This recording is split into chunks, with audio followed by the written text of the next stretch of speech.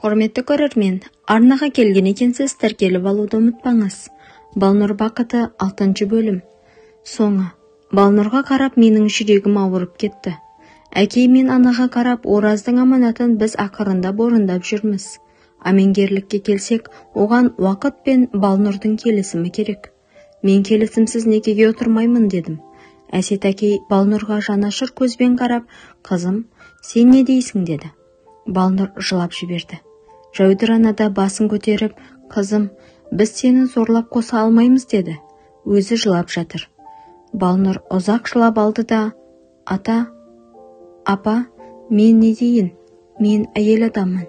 Сіздердің алдарыңызда ақ болғаныммен мына босағаны қақошаттаған күннен ел жұрт мені қаралады. Ең құрығанда қақошты кіргізбей тұрып, менен бір ауыз келісім сұрасаңыздар, мен өз ойымды айтар едім. Енді тым кеш деді. Дірілдеген өксік аралас дауыспен. Үшеуміз де жерге қарадық. Әсет әкей өксік аралас қырылдаған дауыспен, қызым, сені Оразымның өзі Қантайға қосып кетті ғой. Бізде бұндай ой болған жоқ еді, деп еңкілдеп жылады. Қызым, сен қарсы болсаң, бұл сөз қайта қозғалмайды. Қантай ұлымыз, ол өз келіншегін әкеледі, деді Жәудір ана кеудесін уқалап. Балнұр егіліп ұзақ жылап отырып, мен Орекең мен Қакеге өміріммен қарыз жан едім, бірақ жан тәніммен Оразымды шын сүйіп қалап қосылған едім. Отағасы мені дұрыс түсінбепті. Қаке, мен ауруханада сіз үшін сыйынып, тілеу тілесем, ол сізді қалағаным емес еді. Мен бар болғаны сіз аман қалып, бақытты болсын деп тілегем. Сіз маған ең жақын жанашыр жан болдыңыз ғой. Мен сіз үшін Аллаға жалбарынбауым мүмкін емес еді. Мен сізге өміріммен қарыз жан едім. Сіз үшін бір мәрте Алладан тілеу тілесем, ол артық нәрсе емес еді ғой. Сіз мен үшін туған бауырымдай жақын жан едіңіз.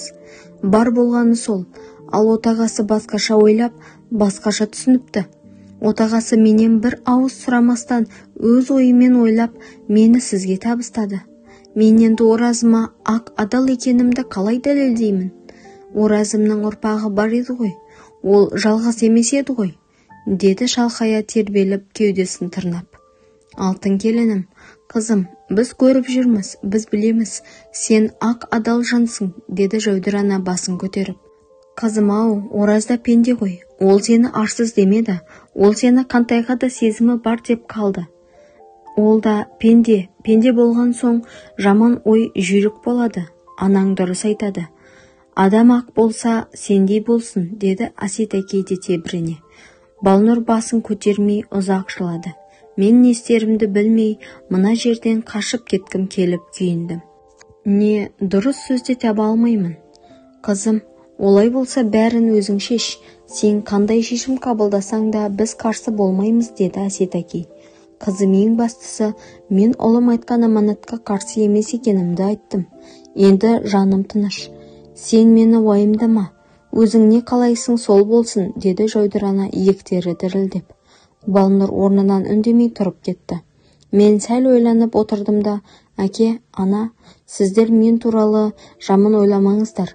Мен туған әкеме келісім берсем, сіздерге расымен ұл болғым келгендіктен бердім. Ораз маған дос қана емес, ең жақын бауырым болған жан. Оның ата-анасы менің ата-анам деп сіздерге қамқор болуға келдім. Ораздың балалары менің балаларым, олар маған жат емес. Мен Ораздың орнын басам да жоқтығын сезгізбейін. Қамқоршы болайын деп келдім. Ал әмеңгерлік ол менің ойымда жоқ. Мен Балнұрға көз сүзіп, болмаса қарап тұрған жоқпын. Тіпті соған дайын емеспін, дедім. Көздерін алмай тыңдап отырған екеуі бастарын изеді. Осы сөзді айтқан соң арқамнан жүк түскендей болды. Күндер өтіп жатты. Жұмыс, үй деп мен жүрмін. Арасында өз атанамы барып келем. Ақырында өкімет адамдары Балнұрдың мазасын алғаны басылды. Жәудір ана төсек тартып жатып қалды. Ораздың үлкен қызы диплом алды. Кіші қызы мектепке барды. Үлкен ұлы оқуында, кіші ұлын сүндетке отырғызып, дүрілдетіп той жасадық. Ауыл адамдары да сөзді азайтты. Той күні Балнұр екеуміз қатар тұрып, қатар тірлік атқардық. Ертесі өз әкеме келсем, әкем ойлы көзбен қарап отырып, балам, сен осылай жүре бересің бе деді. Әке, мен тағы не дұрыс жасамадым дедім ашуланып. Суық төсекте жалғыз жата бересің бе? Әке, не дегіңіз келіп тұр? Мен Әсеттен Балнұрдың не айтқанын естідім. Естісеңіз, неге маған анандай сұрақ қойып отырсыз? Балам-ау, Балнұр әйел адам ғой. Ол өзі сенің қойныңа келіп кірмейді. Оның үстіне сен ешқандай да көңіл білдірмесең, ол қалай жолайды? Әке, сонда мен оған не істеуім керек? Балам, шыныңды айтшы, Балнұр саған ұнамай ма? Әке, Балнұр менің жаным. Ол жыламай жүрсе болды. Оны жылатып қойныма сала алмаймын. Ай, балам-ай. Әсеттің сөзінде жан бар. Сен бір әрекет жасамасаң, ол бейшара әйел келісімін қайдан берсін? Әсет айтқан, сен Балнұрмен сөйлеспейсің де, қарамайды да екенсің. Сен ол үйге көмекші робот болып барғансың ба өзі? Жүрегің қайда, сезімің қайда? Балнұр жыламаса болды деп осылай жүре бересің бе? 2 жыл өтті ғой. Не істейін енді? Не істейтініңді балам менен сұрама. Жүрегіңнен сұра. Сезіміңе ерік бер. Балнұрдың да адам екенін ұмытпа. Ол жас табиғаттың жаратылысы деген. Ай балам, енді соны да айтам ба? Мен көзімді сүзбеймін деп жүрмей, арқаныңды үз. Ана Әсет пен Жәудірдің қанша өмірі қалды дейсің? Олардың көзі кеткен соң, сен Балнұрға қосылмасаң, ол үйде қала алмайсың. Енді досыңның аманатын ойлайтын уақыт келді. Балнұр тізесін құшақтап қартаймасын, деді әкем. Мен әкемнің сөзін тыңдап отырып, әкем хатты оқымады ғой, оқымаса да не жазылғанын біледі. Бұл деген даналық па, деп ойладым. Балнұрдың үйіне ақырын басып кірдім де, өз бөлмеме кіріп төсегіме жаттым. Осы үйде 2 жыл жүріп, мен Балнұрды көргеніме бақыттымын ғой. Мен оған тесіліп қарап, армандасам да, ол қасымда жүр, соған бақыттымын. Мен Балнұрдың тіл үйірер асын ішем, балаларын ойнатам, мен Балнұр сүйген баланы сүйем, Балнұр жұтқан ауаны жұтам. Мен сорлы соған бақыттымын ғой, деп жатып таң атырдым. Ертеңіне шөп жинауымыз керек еді. Мен жердің қораның төбесіне шөпті лақтырамын. Балнұр төбеде реттейді. Кешке дейін біраз шөп жинадық. Діңкеміз құрып үйге кірдік. Мен жуынып демалып жаттым. Ал Балнұр кешкі ас әзірлеп, Жәудір ананы қарап, бәрімізді тамақтандырып, түннің 1 уағына дейін ыдыс-аяқпен Жәудір ананың кірін жуып жүріп қалды. Таңертең ерте тұрып, таңғы ас әзірлеп, дұрыстап демалмады. Сосын екеуміз күн ысымай қалған шөпті жинайық деп қора жаққа бардық. Балнұр төбеде биіктелеп, жиналған шөптің үстінде мен жерден байланған шөпті лақтырам. Ол дұрыстап қатарға қойып реттеп тұрған, 5-еуін қағып алып, тез реттеді. 6-шысын лақтырып қарап тұрмын. Балнұр шөпті ұстады да, шөппен бірге жерге құлап келеді. Ойбай, зәрем ұшып, айырды лақтырып жіберіп, Балнұрға қарай жүгірдім. Шөп жерге құлады. Балнұр менің кеудеме топ ете қалды. Шап беріп ұстап алдым. Балнұр мойныма асыла жабысып, қорқып кетіпті.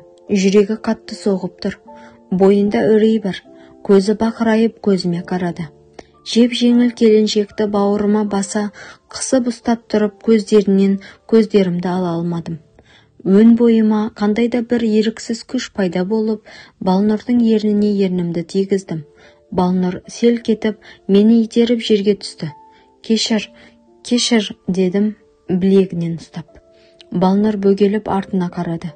Мен бір жағынан қорқып, бір жағынан қысылып, көздерімді алып қаштым. Балнұрдың көздеріне қарай алмай, жерге қарадым. Ұяттан өртендім бе, болмаса толап шыққан сезім өн бойымды өртеді ме, әйтеуір дірілдеп, түсініксіз асып, бір түрлі күй кешіп, жүрегім қорыққаннан қатты соқты ма, әлде сүйгеннен сондай әсер алдым ма, бой бермей шығардай соғып тұр.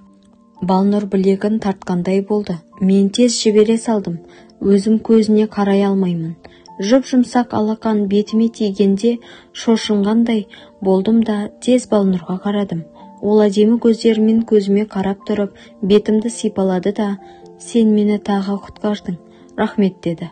Сипалаған қолын алмай шашымның арасына салғанда мен белінен құшақтадым. Сенің мені сүйетінің рас па деді.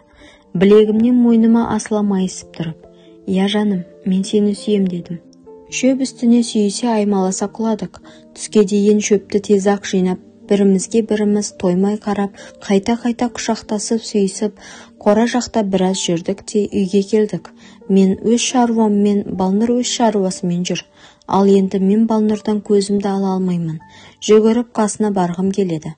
Тағы балшырын ернінен татқым келеді. Кешкі 5-терде Әсет әкей келгенде Балнұр керемет етіп дастархан жайып, Жәудір ананы арбаға отырғызып, дастархан басына келді. Қыз ұлын да әдемі киіндіріп, өзі де әдемі киініп, маған да жаңа киім киюімді өтінді. Бәріміз дастархан басында отырғанда, ата, апа, отағасы, мені көзінің тірісінде қакеңе қосып кеткен. Мен жан-жарымның шешіміне қарсы бола алмадым. Мен қалай қарсы келемін, деді салмақты дауыспен. Әсет әкей де Жәудір ана да күліп риза болды. Ал әкей, енді өзіңіз некемізді қиыңыз, дедім мен қуаныштан шарылардай болып. Әсет әкей неке қию сүресін зырылдатып оқып кетті. Некеміз қиылды. Куәгер Әсет әкей мен Жәудір ана болды. Неке түні мен Балнұрдан қойын дәптерді сұрадым. Балнұр үндемей әкеліп беріп тұрғанда білегінен тартып құшағыма алдым. Мен Балнұрдан сүйесің бе? Дегенді сұрамадым. Сүйетінін сездім. Мен бұрындары Балнұрыммен ораз өмірден кетеді, сосын қосыламын деп ойламап едім. Олай ойлауым мүмкін емес еді. Бұл бұйрық, бұл тағдыр болар. Мен жасқанбай, қысылмай Балнұрымды беріле сүйдім. Сүйіп өтемін. 9 ай 9 күнде торсықтай ұл өмірге келді. Біз бақыттымыз. Одан бері 23 жыл өтіпті. Ораздан ұл қыздары өйлі жайлы, ал біз Ораздың кіші ұлымен 5 немеремізбен бірге Әсет ақсақалдың шаңырағында тұрамыз. Ортақ ұлымыз үйленіп қалаға кетті. Қызымыздың бірі көрші ауылға, екіншісі Алматыға тұрмысқа шықты. Балнұр екеуміз қосылған соң 2 айдан кейін Жәудір ана қайтыс болды. Ол кісі кетерінде риза болып көп бата айтты. Әсет әкей бізбен 10 жыл тұрды. Сол 10 жылда менің ұлымды өз немересіндей еміреніп бауырына басты. Бөліп жармады. Ораздың қыздарын тұрмысқа беріп, барған жерлеріне риза болды. Ораздың үлкен ұлын үйлендіріп, бөлек отау болғанын көріп, шөберелерінде көріп қайтыс болды. Балнұр менің ата-анама да келін бола білді. Алдыларынан қия кескен жоқ. Менің ата-анам да о дүниелік болар алдында Балнұрға дән риза болып, баталарын беріп аттанды. Балнұрдың інісі керемет мамандығын игеріп келіп, өз отауының отын жағып, үйленіп, бала шағалы азамат. Балнұр інісіне де керемет тәрбие берген. Ол да үлгі алар жан. Балнұрым екеуміз қосылған соң 5 жылдан кейін өз жұмысына оралып қызмет жасады. Әлі де жасап жүр. Кейде екеуміз қатар жатып Оразды еске аламыз. Мен де Балнұр да Ораз алдында сатқындық жасамағанымызды білеміз. Сондықтан оны есімізге алғаннан қысылмаймыз. Ағайын туыс, дос-жаран, ауыл адамдары да біздің қосылғанымызға риза, бақыт тіледі. Бірталай жыл үлкендер Әсет әкей мен менің әкемнің даналығына тәнті болды. Екеуінің достықтарына таң қалды. Қаке, Ораз тірі болғанда сендерді әкелерің сияқты өмірлік жолдас болар едіңдер. Сендердің әкелерің үлгі алатын жандар ғой дейтін. Я, әкелеріміз бізге дос қадірін, адами қасиетті мұра қылып қалдырды. Атам қазақ берген тәрбие біздің тектілігімізді жоғалтпады. Даналық пен тектілік көргендікті мен де шамам келгенше өз ұрпағыма мұра етемін. Сыйластық үшін көп нәрсені құрбандық етуге болады екен. Сол кезде бақыт та табылады, бақта табылары анық. Ораз тірі болса, мен әрине басқаша өмір сүрер едім. Ораз досым барда, мен түбі түзу жолға түсіп бақытты болар едім. Амал қанша, тағдыр басқаша шешті. Аллам өзі құтқарғызған Балнұрды екеумізге де жар етіпті. Бұл бұйрық, сыйластық сыйы, баға жетпейтін байлық. Балнұр бақыты, Ораз екеумізде болдық, деп айта алам. Балнұр зор бақытқа лайық жан. Құрметті көрермен, арнадағы әңгімелеріміз, оқиғаларымыз қызық болса, өтінеміз, бізге қолдау білдіріп, арнаға тіркеліп, лайк басып, және де әңгімелерімізді таратуларыңызды өтінеміз.